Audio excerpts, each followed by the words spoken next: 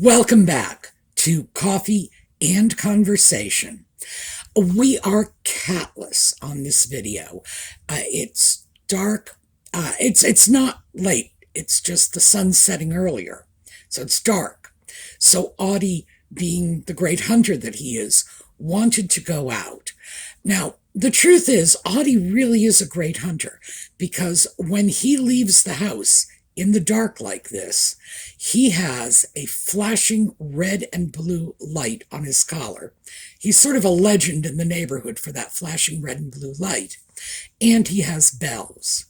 And he still comes back with vermin. So, yeah, he is a good enough hunter to be able to go out there jingling like it's Christmas with a red and blue flashing light and still take down prey. So I've got to admire him for that. But as most of you know, if you know Audie's backstory, he was a stray. That was how he survived until he came here and began complaining about his cat food. But yeah, he survived on what he could hunt. So he is a very good hunter. So he is out terrorizing the neighborhood. And one of the reasons I insist that even if I only think he's going out for 20 minutes, one of the reasons I insist on that flasher is once a year. It's only once a year. He's been doing it every year. Usually it's the first really nice day in spring. He goes out and stays out all night long. And so I never trust him when he goes out because I don't know which day it's going to be that he's going to give me a heart attack. Last time he did it, he stayed out for 27 grueling hours. So, and that was the longest he's ever stayed out, 27 hours. But when he came back in, I just told him that I was going to take the cost of my blood pressure medication out of his cat treat budget. So I didn't, but I threatened. So yes, I want to make sure that if he's out there, he's safe, that people know this is an owned cat. Well, or that he owns me, depending on your point of view. But that somebody will miss him if he isn't back when he's supposed to be. Also, because he's a black cat, I want them to see him. Although I do have to say that one of my neighbors did flag me down, this was a couple of years ago, and said that he had seen Audie, well, kind of, going through a neighborhood at about 4 a.m. with his flasher on, and all he could see was a red and blue light hovering around about a foot above the ground, and his first thought was, "Oh my God, UFOs." He laughed about it when he told me, but he said it was just like that moment of, gee, I'm watching too much TV panic that set in when this unexplained little red and blue light is hovering above the ground. And then he went over to investigate. Audie loves the neighbors, so he'll go right up to anybody. And he realized it was Audie. So yeah, we do have some amusing stories from Audie's little adventures outdoors. But he is currently out doing whatever it is that he does. So we are proceeding without him. Anyway, that's the Audie news, and I will be back after our little intro and get into our topic.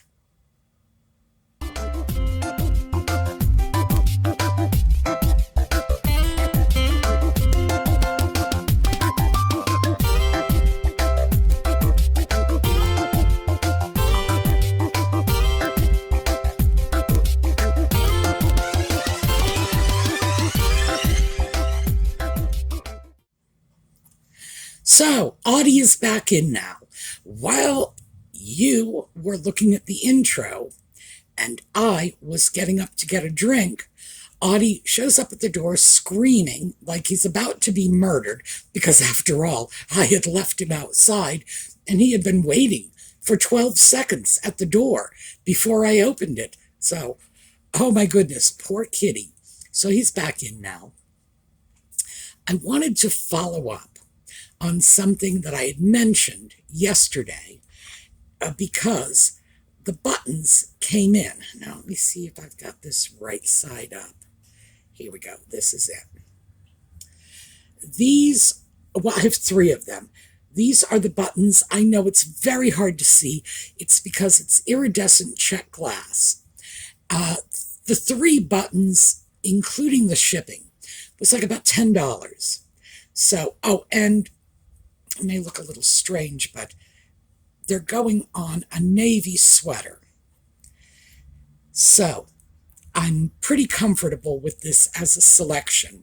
Also, as you may note, these are smaller than the buttons that are currently on the sweater.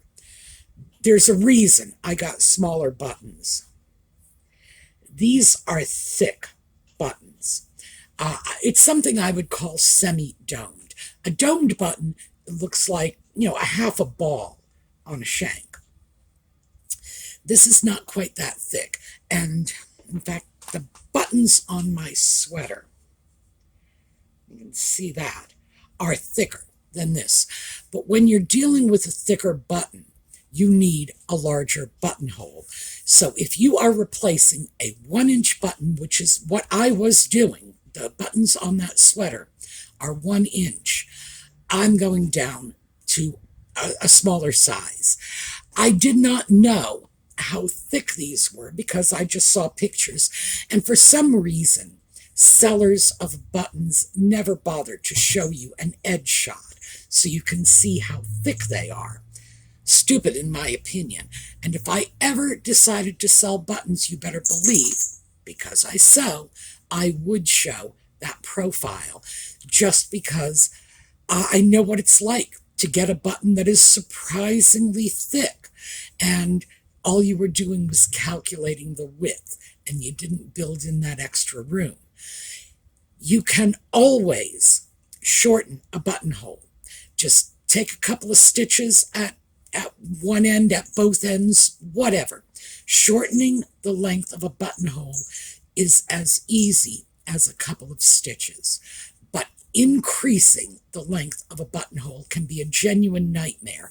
And these are going on a sweater, and I do not know if the buttonholes were knitted into the sweater, in which case increasing the size is like, that's disastrous. Or if they were cut after the piece was knitted, I don't know. And I don't want to find out. So I had to go smaller. And I'm actually glad I did because they are a good size for the buttonholes, which, as it turns out, were pretty tight on those 1-inch buttons to begin with. So why am I running on about this? Because this, let me get my buttons so I can have a little visual aid.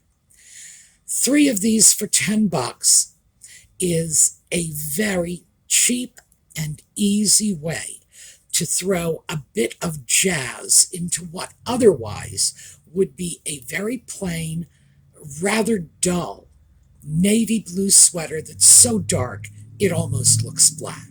So, yeah, there we go. Oh, and, all right, do you want to say hi? Come on. No. Here. I wasn't inviting you onto my shoulder. I was inviting you to say hi to the people. Okay? Oh, I don't know where he's been at one of the neighbors' houses, but I don't know which one because he smells like cigarette smoke, and I don't think any of my neighbors smoke. So, I wonder where that came from. But yes, Audie often comes back with things like cobwebs in his fur because he goes inside the neighbors' houses. Sometimes they open the door and invite him in, but other times, an open window, that's an invitation to a cat. So, yeah. And I run around apologizing to the neighbors for this cat all the time. Fortunately, they all seem to like him, so they don't hold grudges. But, yeah, I'm thinking if it were another kind of neighborhood, we could be like, those neighbors. So, anyway, he had his moment in front of the camera, so we're good. Back to the buttons. This is one of the easiest ways to refresh a piece of clothing that has sort of gotten stale. You've had it a long time. It's dull. You It's still serviceable, but you know, you'd like something a little snappier. Replace the buttons. Super easy, super cheap, even for, you know, special check glass buttons. And you can get buttons all over the place. Also, by the way, you can upgrade a piece by changing the buttons. I just showed you buttons on this. These are plastic buttons, but they are made in a style to resemble the old leather buttons you used to see on men's sport coats. In fact, it wasn't really on men's fine suiting. It was on sport coats, hunting jackets, the tweed sports jackets. And you can still get real leather buttons like this, which means if I ever really got bored and wanted to upgrade the sweater, real leather buttons. Oh, by the way, you can get them on places like eBay, get a handful of them for $6 or $8. So, yes, very, very quick, easy way to turn an ordinary mass market sweater, because that's what this is, into a wonderful, just sort of very traditional, very old money piece. All right, moving away from that because that was not the subject of the video. What I wanted to talk about was to follow up on these retail and shopping scams that are all over the online marketplace. And I wanted to talk about things that aren't exactly scams, but they're definitely making it harder for people to shop online. So, what happens if you have special considerations? Back to the sweater. This is 100% wool, and it is from Ireland. That's one of the things I really look for if I am buying a new sweater. I want wool. I want Irish, Australian, New Zealand, British, Scottish. I haven't found any Welsh sweaters, but boy, they'd be on my list too. Why?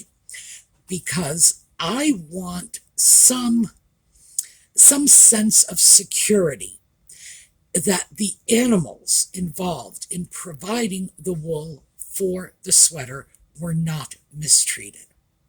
Everybody has their own considerations. I know a lot of people will say, I don't want to buy from a factory in China that is exploiting its workers. Hey, fine, you do you. For me, it's all about the animals. Well, I guess you figured that out, knowing the way my cat walks all over me. Quite literally, in fact. But yes, I'm concerned about animal abuse in the clothing industry. And as long as I stay with Commonwealth country wool producers, I feel very safe that the animals are being properly treated, that they're coming from farms that have appropriate standards of care for the animals, that they're being shorn without injury, that it's being done at the right time of the year so that they're not taking the wool off an animal too early and leaving the poor sheep shivering in the cold for a few weeks until summer hits. No, I don't like that.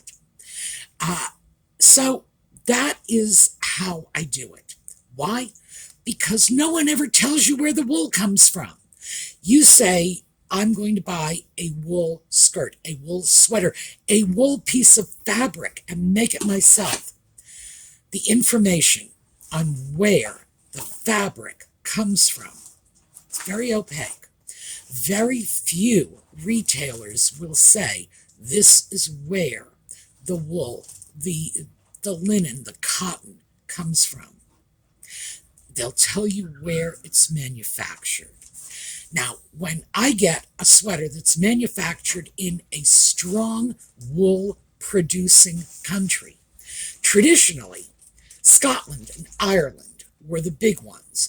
But moving into the modern era, Australia and New Zealand, in fact, the last time I checked, there were more sheep than people in New Zealand, which, boy, I could just run on about that all afternoon. And in fact, I've done that on previous videos. And when you have wool producing countries, it's a safe bet they're not importing wool. They've got it in their own backyard. It's going to be cheaper to buy it locally. So you do have some, I don't want to say guarantee because it's not a guarantee. You do have some sense of security. It could be false security. I don't know. I hope it is not. There are also sites where you will buy your sweater and the wool comes from a specific sheep. Now, this is a marketing gimmick.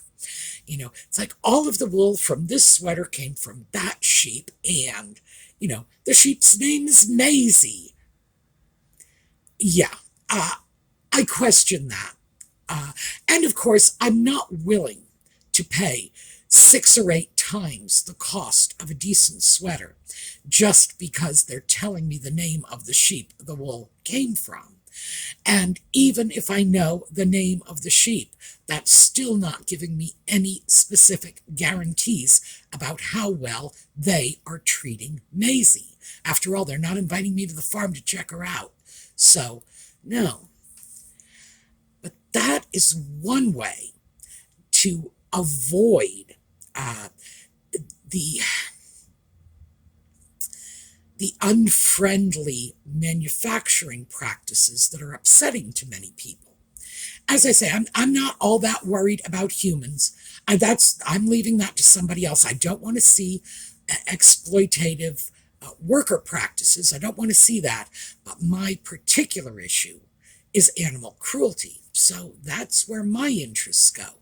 If yours is the exploitation of workers, then the best thing I can say is try to get clothing, not just sold, but manufactured in first world countries. And I hate to put it like that because a lot of people have trouble with the term first world, but I mean fully industrialized countries, European countries, Australia, New Zealand, the US, Canada, and try to stay away from countries that are not well known for their compassionate employment practices. That, however, is the best you can do. Because remember what I said before about even when I buy fabric on a bolt, I have no idea where it comes from? Well, neither do you. Your clothing might have been manufactured in Spain or the Netherlands, but they're never going to tell you where the fabric came from. Where did they get the raw materials? And raw materials in dressmaking, well, they're not all that raw. They have been manufactured elsewhere and brought in. Has the fabric come from a country that doesn't have good practices? What about the thread? What about the machinery they use to assemble the pieces of your outfit? And this part of the chain is, it always has been opaque, it always will be. I just don't see anybody in any great rush to share that information. And in some cases, it can actually be somewhat worse. Okay, so you see, my clothes have become my audio-visual aids. This shirt that I am wearing, this is one of my favorites. This is an absolute workhorse in my wardrobe in the winter. This is a thermal long-sleeved t-shirt. Mostly cotton, but there's a little bit of lycra or something in it to give it a bit of extra stretch. I just got another one of these in olive. The reason I got it is because I have had this little bugger for something like 5 years. I paid very little because it's an undershirt. It's not a fashion piece. And given the amount of wear I have gotten out of this, it's probably cost me about 1/10 of a cent per wear over the last 5 years. So I know when I get one in another color, it's going to be another workhorse in my wardrobe. So ordered another one of these in olive green, which we've mentioned that's one of my neutrals, and came in, and it is mostly cotton. Interestingly enough, I bought it as a cotton thermal shirt. And I guess they were comfortable saying that because it's something like 55% cotton.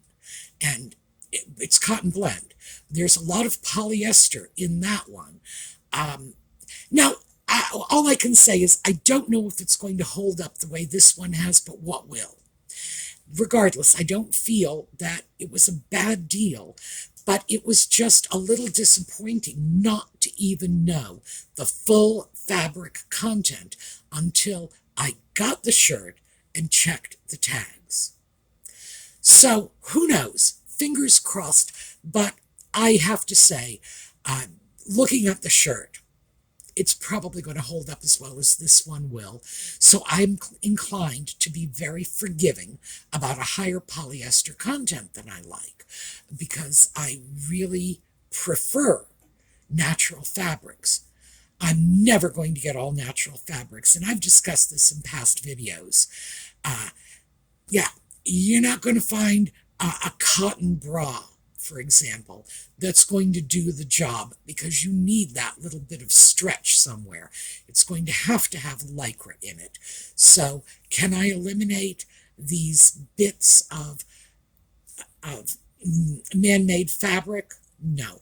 Even my socks have a bit of lycra in them in order to keep their shape.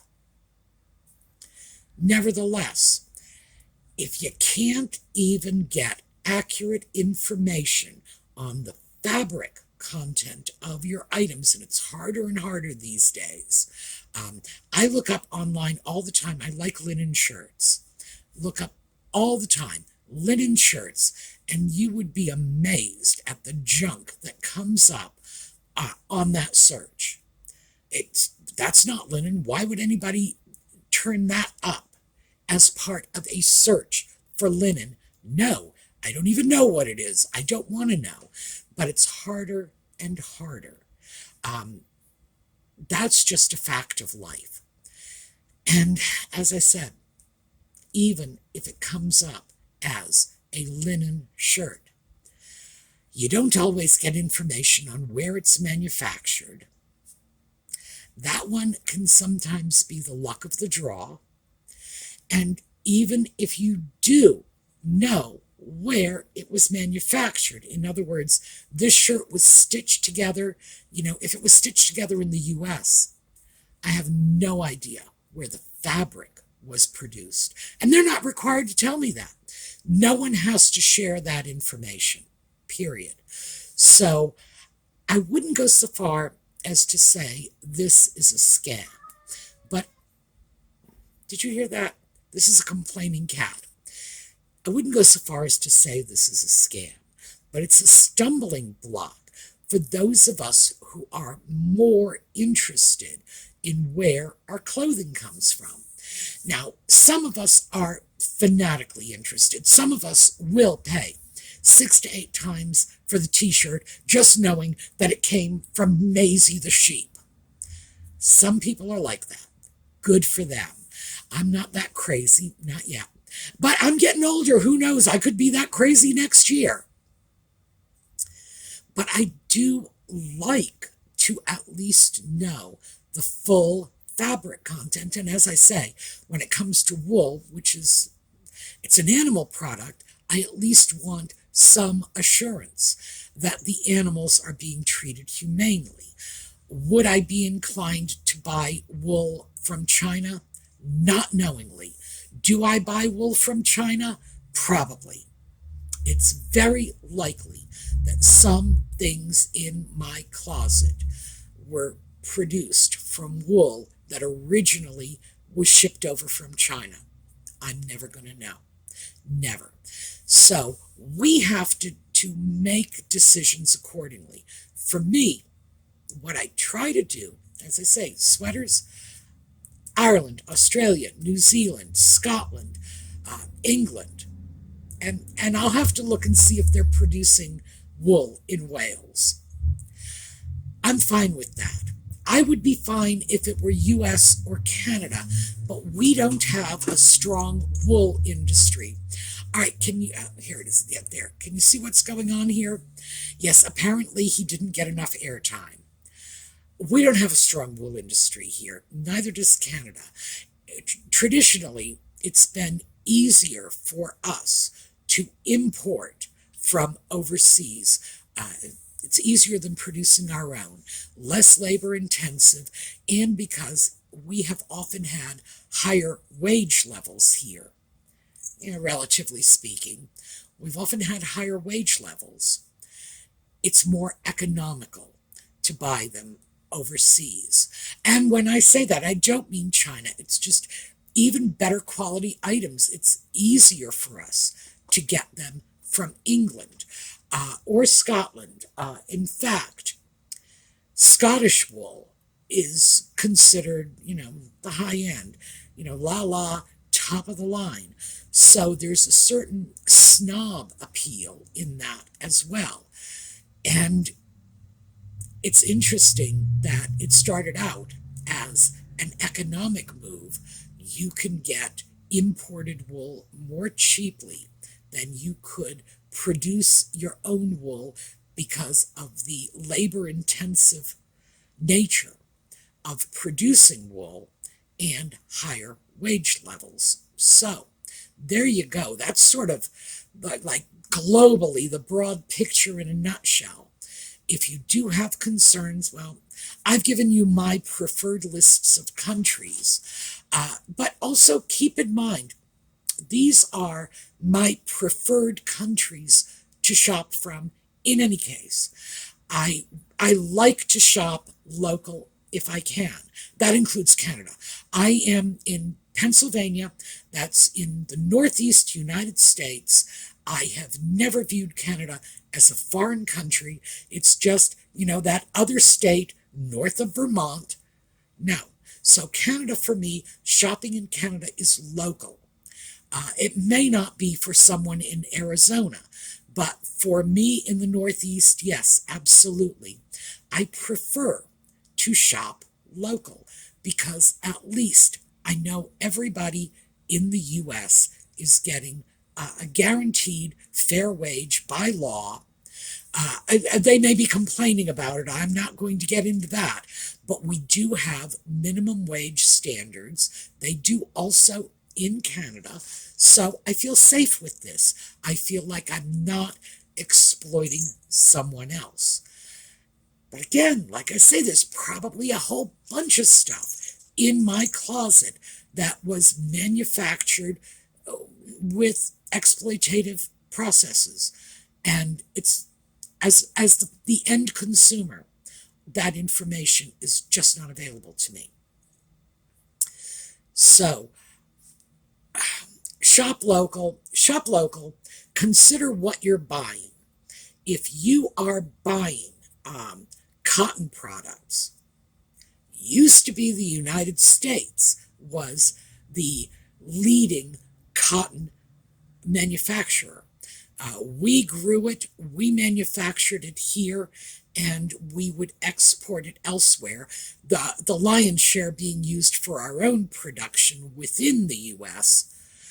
Not so anymore. China is emerging as a major cotton producer. And again, we have the issues of, is this exploitative labor? I don't know. I don't know. Mostly because China is not exactly an open society. Things are not out there on the table for everyone to see. What I do know is China has a reputation for engaging in exploitative labor practices. So if you have concerns about this sort of thing, the best way to avoid it is buy local or do a little research on what you're buying. I've given you the major wool producers, so it's not a guarantee, but it's sort of a safe bet. Cotton, again, made in the USA, it just doesn't necessarily mean the cotton was manufactured here. It doesn't mean the cotton was grown here. Linen, interestingly enough, again, USA was a major producer, but we're starting to see other countries pick up on that too. So buying linen, which was always my safe bet. Linen, and it came from the US, and that was the end of it. Now, not so anymore. So where does this leave us? I mean, if you can't possibly guarantee where every single item on your clothing came from, I might have a Made in the USA tag on this shirt, but I have no idea where these plastic buttons came from. No idea. If I had to bet, I would say China. So how do we do this? How do we navigate this?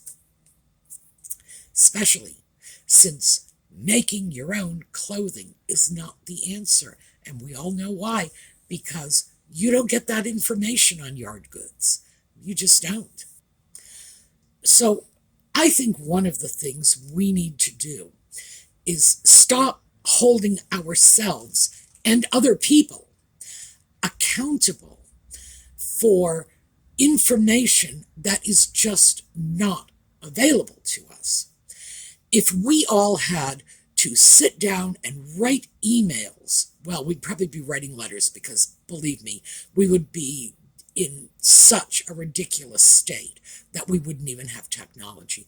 If we had to write to the manufacturer of everything to find out where every piece of cloth, every spool of thread, every plastic button, or every circuit board in our computers, every spark plug in our cars, if we had to find out where all of these things came from in order to be a mindful shopper, none of us would be buying anything. As I say, the information is just not available to us. So we need to let ourselves off the hook a little. We need to redefine what it means to be a conscientious consumer. My definition, and you can make up your own, I'm just going to throw this one out there. My definition of a conscientious consumer is not knowingly or willfully buying when you know it's exploiting some human, some animal, damaging the environment, whatever. You know, you pick your crusade. Mine is the animals. Other people, it's the workforce. Other people, it's the environment. Everybody gets to organize these things in their own order. So, yep, the sheep are going to go to the top of my list. Audie will insist on it. We need to broaden the definition a little, or maybe narrow the definition a little, depending on your point of view. Do I feel okay about the fact that there is probably clothing in my closet that has come from exploitative manufacturing processes? Well, no, not really. Is there anything I can do about it? No, because I think at this point I'm doing everything I can do, and I'm doing a lot more than most people do, because I'm a little obsessive about this. Is it enough? No, because the information is not available to me.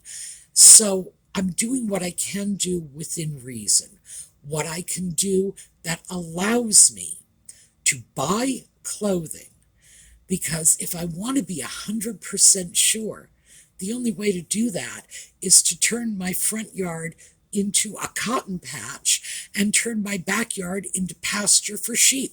And I'm not prepared to do that. So I wanted to throw that out. And I also wanted to throw this out there. Buttons. There are all kinds of things that can spruce up a tired wardrobe that are cheap, require very little effort. And if you are unable to sew a button on, and I know some people, I say that's simple sewing, but for some people, it's complicated. If you can't, you can always find a friend or relative who can do it quickly and easily for you. So that was just sort of the little bonus throwaway in this. But in terms of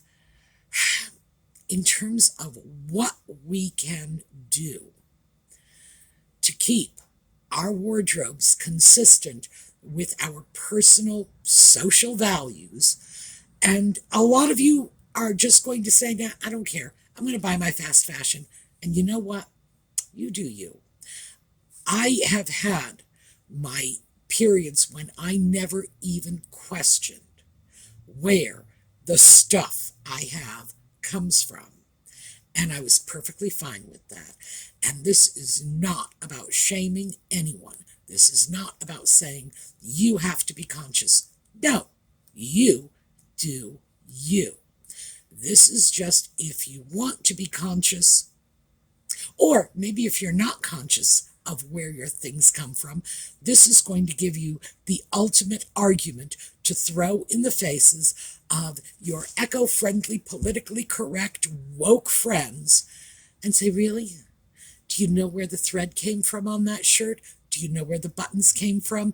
Do you know where the fabric itself came from? Because the answer is no.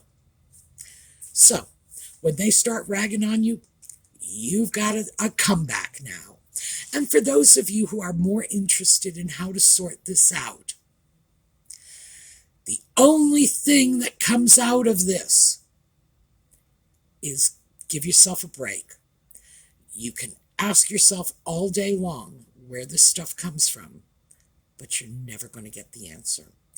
And, well, I shouldn't say never. Maybe at some point, manufacturers will be required to list that information, but I very much doubt it, because just keeping track of where every button, every spool of thread, every safety pin comes from is going to be an enormous burden on the manufacturer. It's going to raise the end price of the goods, and I think society as a whole will reject that. We'll see. All right, that's what I have for you today. We're going to take a look at a slideshow on the way out. I will see those of you who stick around for Just Chatting at 8 o'clock Eastern Standard Time. That's New York City time. And for the rest of you, I will see you next week. And in the meantime, have a terrific day.